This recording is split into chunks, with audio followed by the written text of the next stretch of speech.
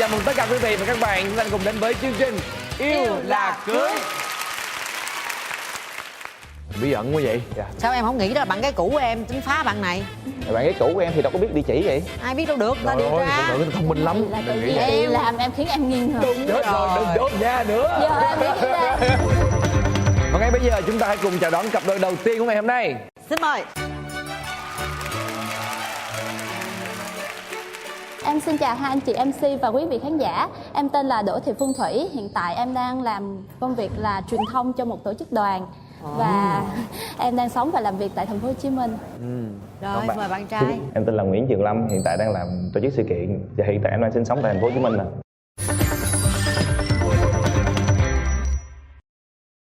Có vẻ như là hai bạn cũng có một cái gì đó nó liên quan đến nhau trong công việc. Đừng nói là hai bạn làm chung rồi quen nhau nha. Dạ đúng rồi chị, tức là tụi em cũng từng làm việc chung trong một cơ quan cũ. Dạ. Là năm 2013 thì em có chuyển công tác tại đơn vị mới. Thì đây là cơ quan cũ của bạn em. Thì lúc mà em đến với cơ quan mới này á, thì bạn em lại đang đi nghĩa vụ quân sự. Và trong các cái câu chuyện của mọi người á, thì có nhắc tới bạn này. Thì em cũng tò mò. Dạ cũng hơi có một chút ấn tượng tốt về bạn này. Rồi bạn làm bao lâu thì bạn kia mới về? Hôm đó là ngày 28 tháng 8. Trời ơi, nhớ rõ từng ngày vậy trời. Rồi Là ở cái cơ quan đó là tổ chức cái kỷ niệm thành lập. Và em cũng có về phép. Thì em có dự cái lễ kỷ niệm đó. Thì vô tình ngày hôm đó em gặp bạn này. thì cái lúc mà gặp mặt nhau lần đầu tiên là hai bạn có ấn tượng gì với nhau? Cái ấn tượng đầu tiên là khi mà em về em gặp mặt bạn này là bạn này đang chùm mền kính mít đang ngủ. Hả? Ủa sao đi tiệc cơ quan mà chùm bên kính mít là sao? Dạ, tức là cái tiệc sinh nhật này cũng là một cái tiệc nội bộ thôi. Và ngày hôm đó em là MC.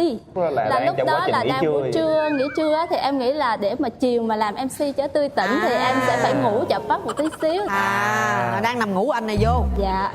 Tại vì mỗi người sẽ có một cái góc riêng của mình để ngủ. Bạn này nằm giữa đường thì cũng vì cái tính tò mò hay thích chọc bạn này nữa nên là em đá vào chân để chui. Dạ. Lần đầu gặp người ta bạn đá người ta lúc mình đang ngủ hả? Em có biết là lúc cái giấc ngủ người ta buổi trưa đó, cái thời gian người ta là quý hiếm lắm, ta chợp mắt một chút để chiều người ta đẹp, ta tỉnh táo. Dở mền ra thì em thấy một cái gương mặt đen, dạ mụn mà ốm, mà tóc thì ngắn cục này chị. Em tả sao thấy hẹ quá vậy? Dạ đúng rồi, bao nhiêu ấn tượng tốt đẹp của em về bạn em trước đó là nó sụp đổ. Nhưng mà bạn lúc mà bạn trong cơn mê, bạn giật mình, bạn tỉnh lại là bạn biết cái bạn đó là cái bạn mà được nghe kể luôn phải không? Dạ đúng rồi. Trời ơi, vậy là cái đầu tiên là thấy thua rồi đó. Nhưng mà cảm giác của em, ấn tượng của em dành cho Thủy là như thế nào?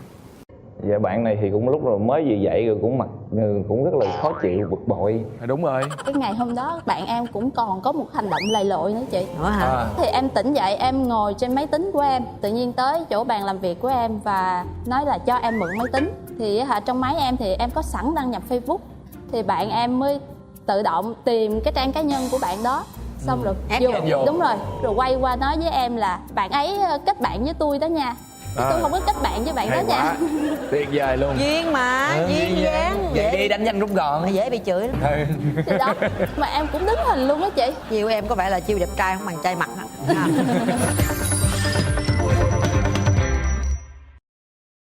Sau đó thì khoảng 4 tháng sau là em được xuất ngũ. Rồi coi như bắt đầu câu chuyện là khi mà bạn trở lại cơ quan làm việc.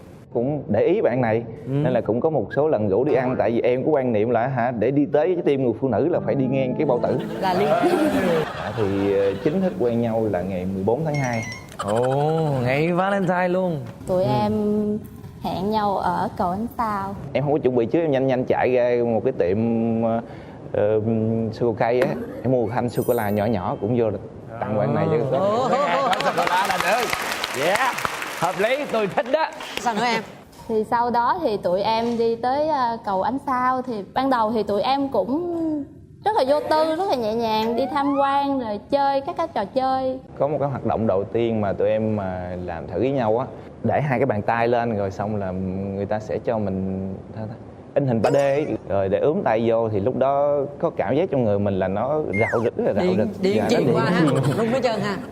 Có nắm tay không hay là chỉ để tay lên nha? Không thì ý là để hai cái chéo thôi mà đạo rực rồi hả? Đúng rồi. Cứ đi lên tới cầu Ánh Sao thì em với bạn đó có đứng lại và nói chuyện chút xíu, người mình nó càng cảm thấy rạo rực hơn nữa. Bạn dễ đạo rực quá ha. Đầu á là bạn dò cái tay em để Dò mà dò. nắm tay em, dò hoài thì Điện nó em- giật giật tê tê. Đúng rồi, em cũng thấy điện giật trong người. Cuối cùng em dò lại. Không, bạn dò tiếp thì em Để yên chịu luôn cho vậy? bạn dò luôn. Vậy thôi hả, rồi còn gì nữa không? Tiếp Sau tiếp đó tiếp. thì hả em thấy bạn này chịu cho nắm tay rồi nên là em đứng cái đằng sau, bạn này từ sau luôn. Rồi khi nào thì mới có cái nụ hôn đầu? Ngày hôm đó luôn hả? Ngày hôm đó luôn anh. Ồ, lẹ Hôn ở nha. đâu? Hôn Tức ở là đâu? lúc đầu thì bạn em cảm thấy rạo rực, nhưng mà tới cái đoạn đó thì em cũng rạo rực luôn. Mà trước giờ thì em chưa có yêu ai, nên là cái cảm giác đó cũng đầu tiên và cũng thấy thích. Nên em nghĩ chắc là cái này chắc là yêu thiệt rồi đó. Xong rồi bạn cũng tỏ tình với em. Bạn nói là sao? Bạn nói là tôi thích bạn ấy.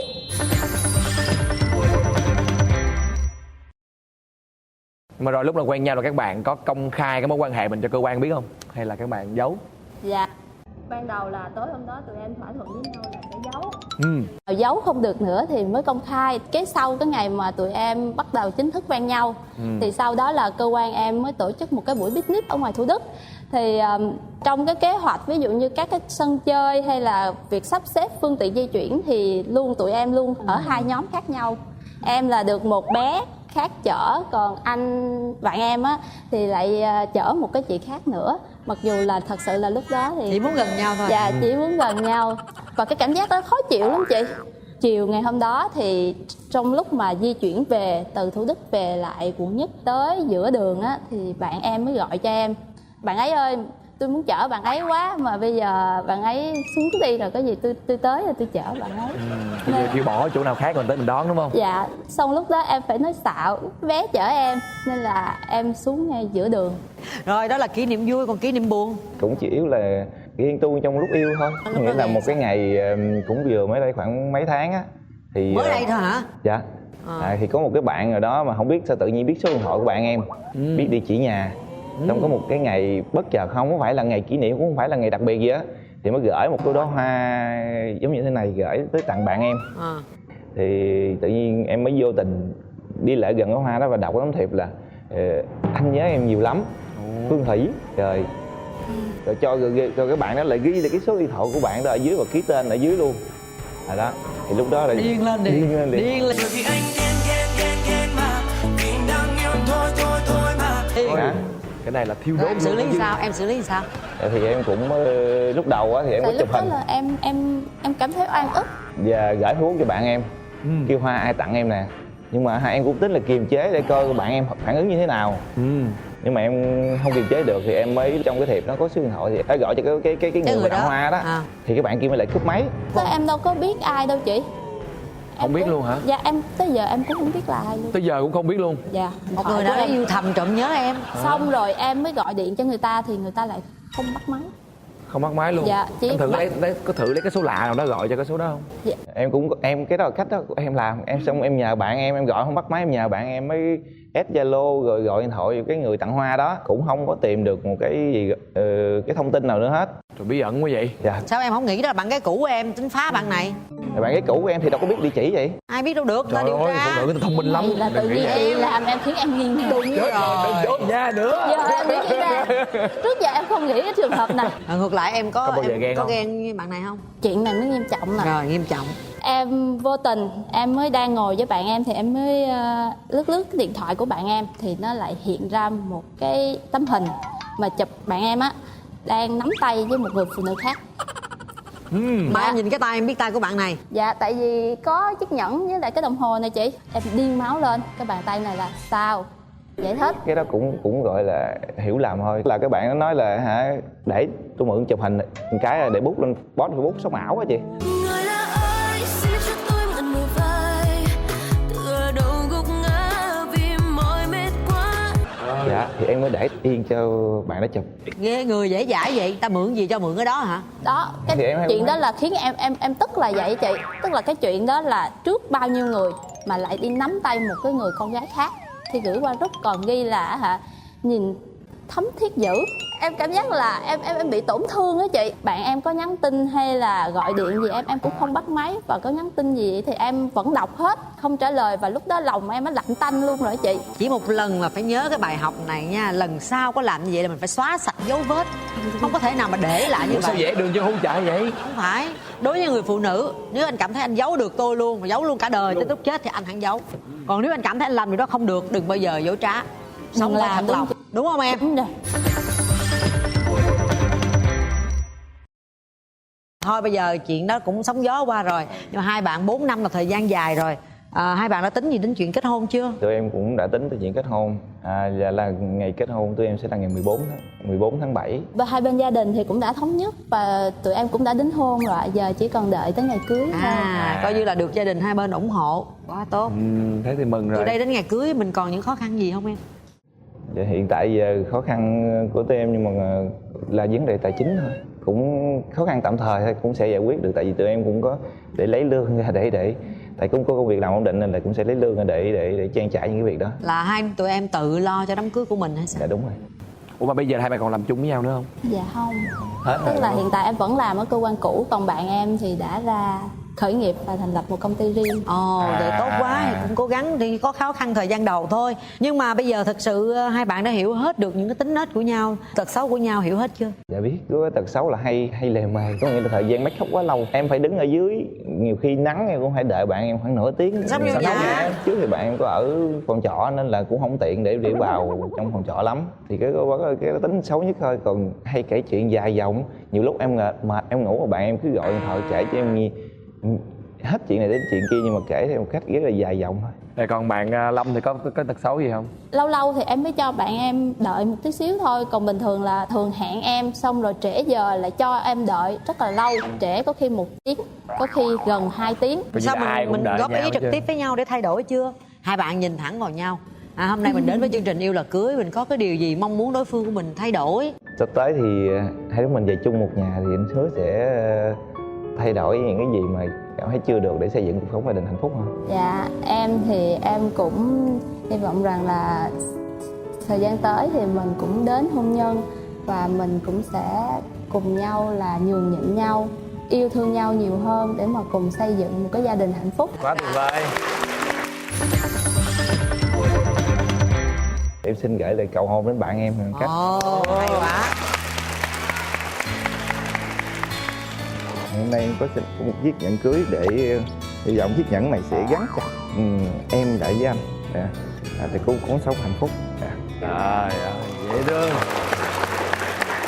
Thật ra là Tường thấy qua câu chuyện mà hai bạn kể á, Tường thấy thì cái tình yêu của hai bạn rất là đẹp, rất là nhẹ nhàng. Thì đó là một cái điều tốt, thì mình cố gắng phát huy, luôn nắm chặt tay nhau, thì như vậy cái tình yêu mình mới bền vững. Đừng cho để cho bất kỳ cái sóng gió gì nó làm cho tình yêu của mình nó bị lay động hết. Chúc cho tình yêu của hai bạn luôn luôn sẽ được bền vững, đẹp như thế này.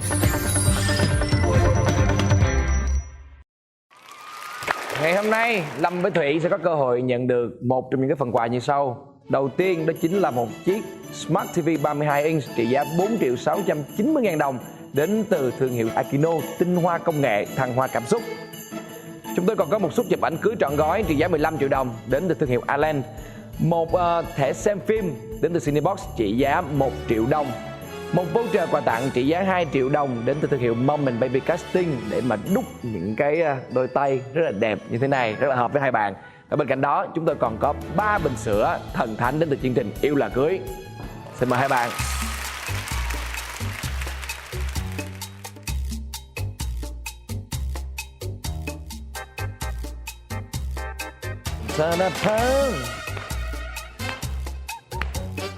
Và cơ hội các bạn có thể nhận được về cho mình đó chính là một bình sữa thần thánh của chương trình.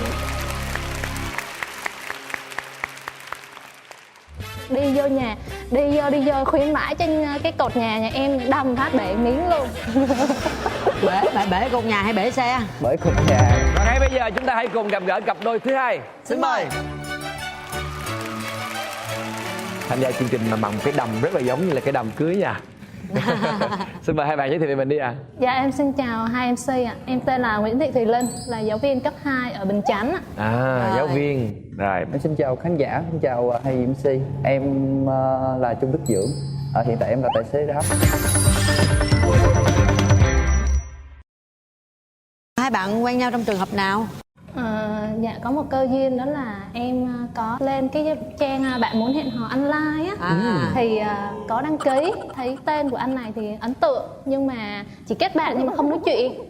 Khoảng chừng 1 tháng sau á thì anh này có nhắn tin hỏi thăm, nhưng mà em thì không có trả lời. Vô tình là ngày hôm sau em đi đám cưới thì em có đăng hình lên, thì bạn này mới nhắn vô là cô giáo xinh quá.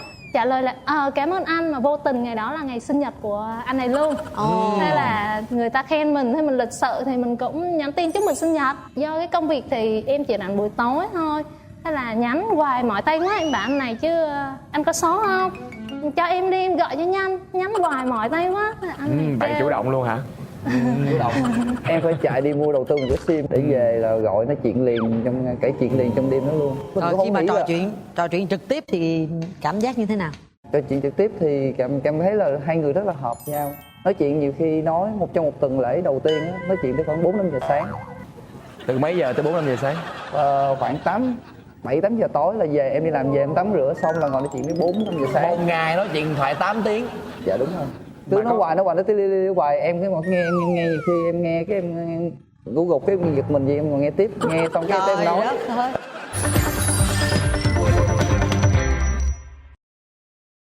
Khi nào các bạn mới gặp nhau? Quyết định gặp nhau? Bạn này có quen em rồi quen thêm một bạn nữa. Hai người quyết định gặp nhau, sau đó em không rành nữa. Thì cái buổi tối em đi làm về, cái bà điện qua cho em, bà nói anh ơi em nói cho anh nghe này nè, anh đừng nói nghe nha. Hỏi chuyện gì? Cái ông gì đó ổng qua gặp em, xong cái ổng làm em sợ quá trời. Hỏi sao sợ, tự nhiên đang ngồi ghế ngoài công viên á, cái hỏi dạ em có yêu anh không? Nếu em không yêu anh là anh đập đầu ạ. Rồi vậy? Đập đầu thiệt luôn. Rồi cái bác sợ cái mình khuyên bà, mình nói thôi bây giờ cho số điện thoại anh đi để anh nói chuyện với người đó cho. Xong cái đó thôi được rồi, để em tự giải quyết cho.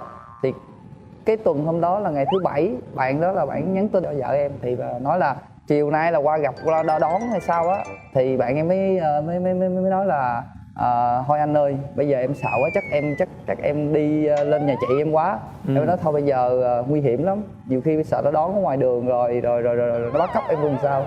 Cái đó là vậy rồi tính sao anh, tính sao anh. Cái em mới nói là bây giờ để anh chạy qua em rước em, chở em đi Bình Dương. Hỏi ủa có phiền anh không? Nói không phiền. Thì qua rước em thấy bà đứng giống như đứa nít á, đeo ba lô nhỏ xíu sau lưng, rồi bận cái váy ngắn mang đôi dài, đứng như đứa nít. Cái em điện thoại, em đứng ngay lối luôn em điện thoại. Là chưa thấy mặt hả? Dạ chưa thấy mặt. Tức là lúc chỉ đó nói lần chuyện đầu điện tiên thoại mới gặp thôi. mặt đó hả? Dạ đúng rồi. Đó là ấn tượng đầu tiên, gặp mặt đầu tiên luôn. Dạ, Còn bạn bây thấy giờ anh này như thế nào? Ấn tượng của em nhưng có cái ông nào mà đen, ốm, cao, không có ấn tượng gì hết, bởi vì lúc đấy tâm lý là rất là sợ hãi, là hai đứa rủ nhau đi trốn. Sao bạn gan quá vậy? Sao đi Tâm lý tự bạn đi nhiên trốn. trốn một người đàn ông thất đi- thường đi theo một người đàn ông lạ mặt, rồi rủi ông này ông còn nguy hiểm hơn ông kia là sao? Lúc đó cũng không nghĩ gì hết á, tự nhiên Tránh giữa dừa là gặp giữa dừa đó sau cưng. này mà quen nhau rồi nửa năm thì anh này có hỏi là sao hồi đó gan dám đi, bảo cũng không biết sao nữa, giờ nghĩ lại thấy cũng sợ. Bao lâu thì hai bạn mới là quyết định quen nhau? Thì em mới ngỏ ý, em nói là thôi bây giờ em với anh tìm hiểu thử như thế nào, được thì học thì cưới, còn không thì cũng như làm bạn. Lúc nào mà nói câu đó? Mới quen. Quen được chứ khoảng 10 mấy ngày. Mười mấy ngày nói luôn, tìm hiểu được cưới. Được thì cưới, còn không được thì thôi. Thì em cứ ngoài em không khuyên. Lấy ngày 14 tháng 3 là ngày bắt đầu tụi mình là bắt đầu yêu nhau đi. Em hối liên tục, cái bạn nói nó không, bây giờ em không muốn như vậy. Tại vì sau cái chuyện cũ của em á là em muốn là sau tháng 5. Em nói không, bây giờ không yêu thôi, anh tự anh đi kiếm người khác. Ủa mà lý do là sao em muốn lấy ngày 14 tháng 3? Rồi là sao? Hình như cái đó là ngày Valentine trắng đúng không? Dạ đúng rồi, Valentine trắng với lại ngày đó dễ nhớ, khỏi lộn xộn. Rồi lý do là sao em không chịu ngày đó rồi đi qua ngày khác? Thì ý là cũng mới chia tay người yêu thì em muốn là một khoảng thời gian cũng lâu á, chứ gần quá thì thấy cũng hơi kỳ kỳ. Với lại nhiều khi bạn này cũng mới chia tay người yêu á, cũng được khoảng nửa năm á, Nói chung là khoảng nửa năm thì em sợ là chưa có quên được người cũ này. Rồi bây giờ chốt lại là hai bạn kỷ niệm ngày quen nhau là ngày nào? 14 tháng 3. À, là đồng ý với 14 tháng 3 rồi đó hả? Dạ đúng rồi. 30 tháng 4 á là có đi xem phim xong rồi bảo chứ giờ sớm đi về thì kỳ. Thế là anh này mới để anh chờ ra chỗ này đẹp lắm. Bảo chứ qua quận 7 thì có cầu ánh sao. Bảo không, cầu ánh sao em đi rồi. Không, cầu ánh sao em đi rồi. À hết không? Bảo vậy đi chỗ khác này, chỗ này đẹp lắm nè. Sao em bảo ủa đây chỗ này cầu ánh sao đó thằng Trà. Thì bảo không phải. Thế là dẫn vô trong cái hồ Bán Nguyệt. Đúng rồi, hồ Bán Nguyệt. Thế là em mặc váy mà tự nhiên chả thấy có cái chỗ nào có ghế ngồi hết trơn. Nó bảo ngồi xuống bờ hồ đi. Cái gì kỳ vậy, ngồi xuống bờ hồ sao ngồi. Xong cứ em cứ ngồi xuống đi. Thế là ngồi xuống rồi ngồi nói chuyện. Tôi đứng lên thì mình chơi với. Thế là hắn chụp lại anh giữ lại thì vô tình là thơm má luôn. Vô tình đâu có, đó là cố tình chứ đâu mà vô tình. Mà có cái kỷ niệm nào mà làm cho cả hai cảm thấy đáng nhớ hoặc là xúc động không? Khi mà lúc quen nhau. Cái đợt đó tháng 11 á là em có về là đám dỗ bà em 3 năm á, 10 giờ rồi đi. Anh tới gần đến nhà em rồi nè, em chỉ đường đi. Ủa, đi đâu mà trong khi lúc tháng 11 anh này mới lấy bằng ô tô là 1 tuần.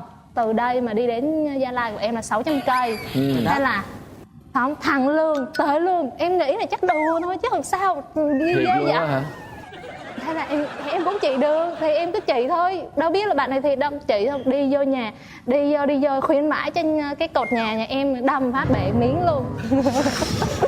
Bể cột nhà hay bể xe? Bởi cục nhà. Là em vừa vô nhà người ta làm đâm thẳng vào nhà người ta luôn. Tức là vô nhà cái đường hẻm nó hẹp quá. Lúc đó em cũng chưa coi được cái đầu xe như thế nào thì móc ra xong cái lủi vô cái cột nhà với lại thử cột coi cột nhà mình với xe. Mà xem gan vậy, bản lực gì mà ghê vậy? 600 mới lấy bằng lái chưa có kinh nghiệm đi đường trường mà em dám chạy một mình hả? Dạ đi một mình.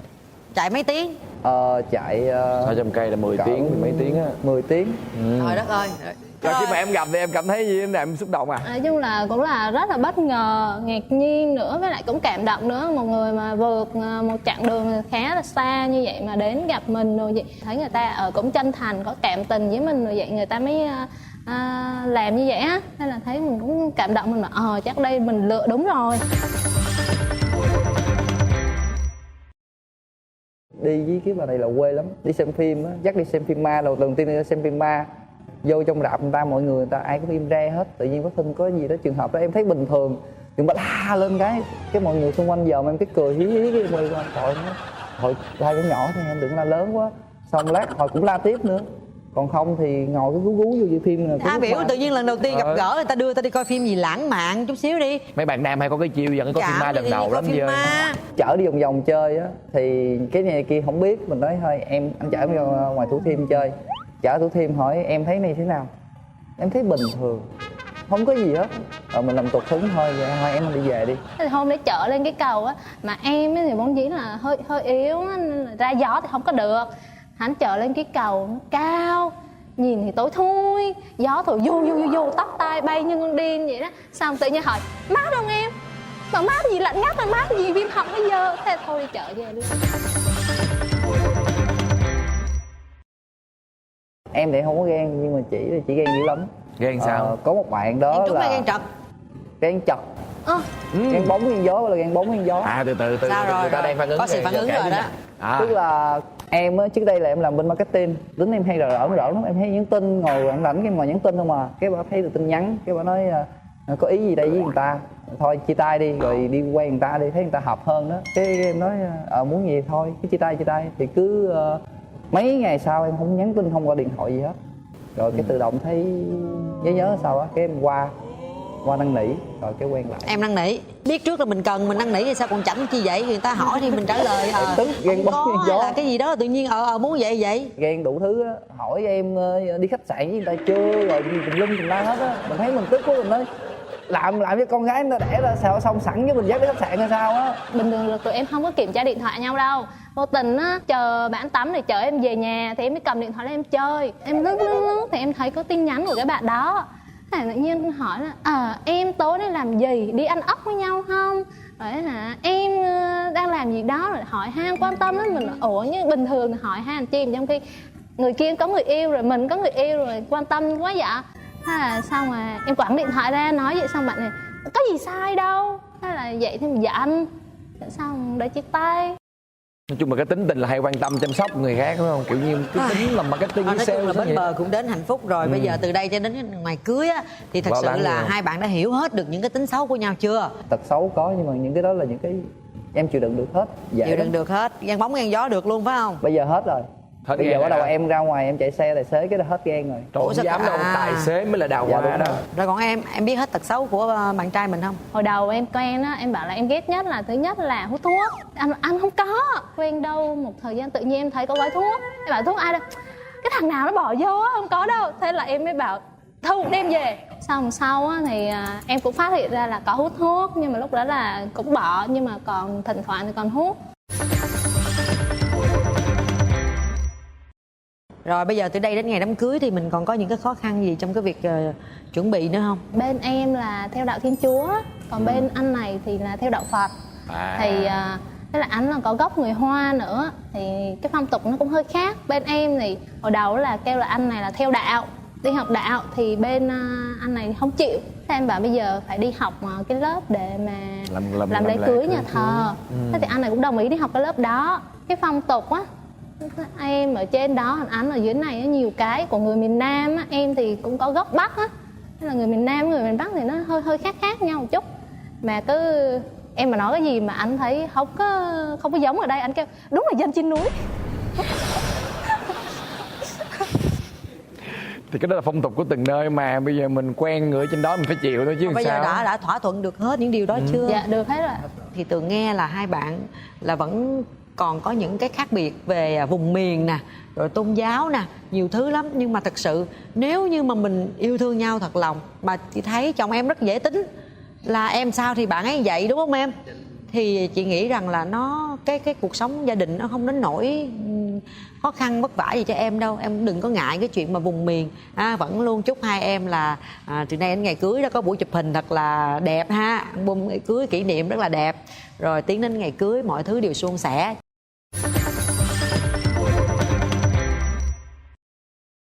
Thì hai bạn đến với chương trình ngày hôm nay, mình có mong muốn điều gì ở đối phương thì mình cứ nói thẳng với cái người Với nhau đi. người bạn đời tương lai của mình. Em hy vọng là sau chương trình này thì anh với em cùng nhau nhường nhịn nhau nè, quan tâm nhau nè, và để hiểu nhau hơn, để có một cuộc sống sau này là thật là hạnh phúc. Còn em thì em riêng vợ em á là em không có yêu cầu vợ em hết. Tức là vợ em sao em vậy, tính em dễ lắm. Dạ thì nhân chương trình này thì em cũng muốn gửi lời cảm ơn đến ba mẹ, gia đình của hai bên á, thì đã luôn ủng hộ giúp đỡ chuẩn bị tiến đến ngày trọng đại. Đặc biệt là cảm ơn bên gia đình bên vợ em á, là đã chấp nhận cho cái hoàn cảnh của em để cho hai đứa tiến tới với nhau. Ngày mai á là vợ em có đi Hà Nội, ao ước của vợ em thì selfie, cho nên em có món quà nhỏ nhỏ tặng cho vợ em. Ok, tặng em. Em cảm ơn. Tặng luôn cái điện thoại cơ.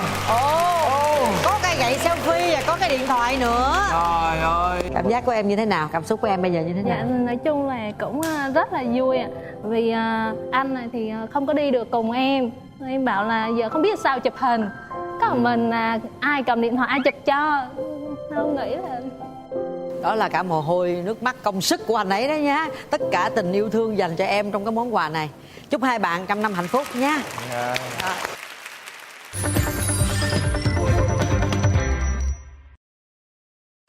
Ngay bây giờ chúng ta sẽ cùng nhau đến với vòng xoay may mắn mà các bạn sẽ có cơ hội nhận được một trong những phần quà như sau. Đầu tiên là một chiếc Smart TV Aquino tinh hoa công nghệ thăng hoa cảm xúc trị giá 4.690.000 đồng, chiếc Smart TV 32 inch. Rồi chúng ta còn có cơ hội là nhận về cho mình là một suất chụp ảnh cưới trọn gói đến từ thương hiệu Allen trị giá 15 triệu đồng. Một thẻ xem phim đến từ Cinebox trị giá 1 triệu đồng. Một voucher quà tặng trị giá 2 triệu đồng đến từ Mom and Baby Casting. Và chúng ta còn có 3 bình sữa của chương trình Yêu Là Cưới để chờ các bạn.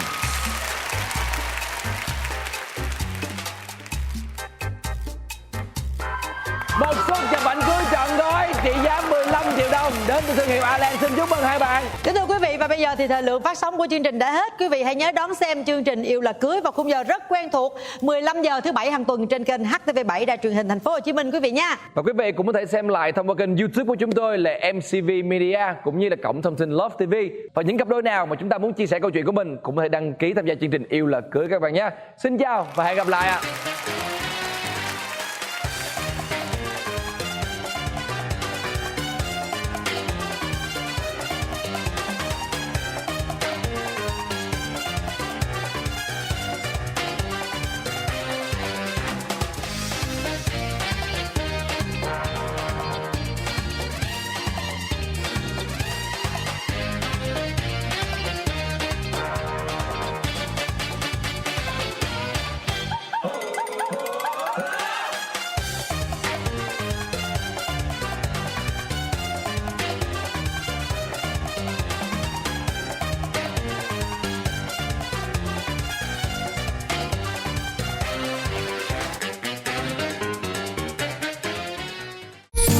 Yêu Là Cưới. Em dẫn Duyên về quê chơi ấy chị. Trên xe thì Duyên tựa vào vai em, Duyên ngủ. Cái em mới nhìn Duyên, đỡ hung lén Duyên. Em nói ủa ở nhà sao không hôn cho đã đi, ra đường tự hôn có con cái à. Ra gặp em lần đầu tiên, trong hình là rõ ràng đẹp trai lắm chị, phong độ soái ca lắm. Ở ngoài một đôi dép lê, một cái quần đùi, mà cái quần đùi em nói với chị ghê lắm, làm em hết hồn, em định quay đầu bỏ luôn á chị, bỏ của chị lên người. Đến với Yêu Là Cưới vào lúc 15 giờ thứ Bảy hàng tuần trên HTV7.